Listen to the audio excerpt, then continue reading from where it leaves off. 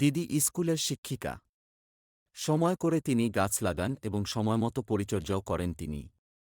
অনেকগুলো ইনডোর প্লান্টের কালেকশন দেখতে পেলাম।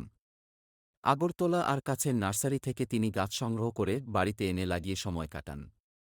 গাছগুলোতে সময় করে জল দেন, সময়মতো কম্পোস্ট সার ও প্রয়োগ করেন এবং সময় বিশেষে মিলিবাগের আক্রমণ থেকে রক্ষা করার জন্য গাছে ঔষধ স্প্রেও করেন। তার জন্য তিনি গাছ বিশেষজ্ঞের পরামর্শও নিয়ে থাকেন।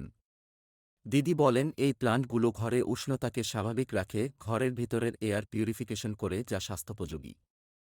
আজকাল ইনডোর প্লান্ট লাগানো একটা ট্রেন্ড এ পরিণত হয়েছে। এটা খুবই কার্যকর ঘরের পরিবেশকে অকৃত্রিম উপায়ে পরিশুদ্ধ রাখতে। তাই ভিন্ন রকমের ইনডোর প্লান্টের চাহিদা দিনের পর দিন বাড়ছে। বাজারেও চড়া দামে ইনডোর প্লান্টগুলো বিক্রি হচ্ছে, কারণ আজকাল ইনডোর প্লান্টের চাহিদাও পরিলক্ষিত হচ্ছে।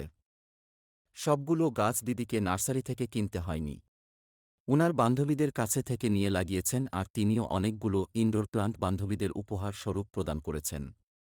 ভাবের সাথে সাথে গাছের আদান প্রদানও হচ্ছে উনাদের মধ্যে। পর সমালোচনা না করে ইনডোর প্লান্ট নিয়ে গল্পের আসরও বসে উনাদের।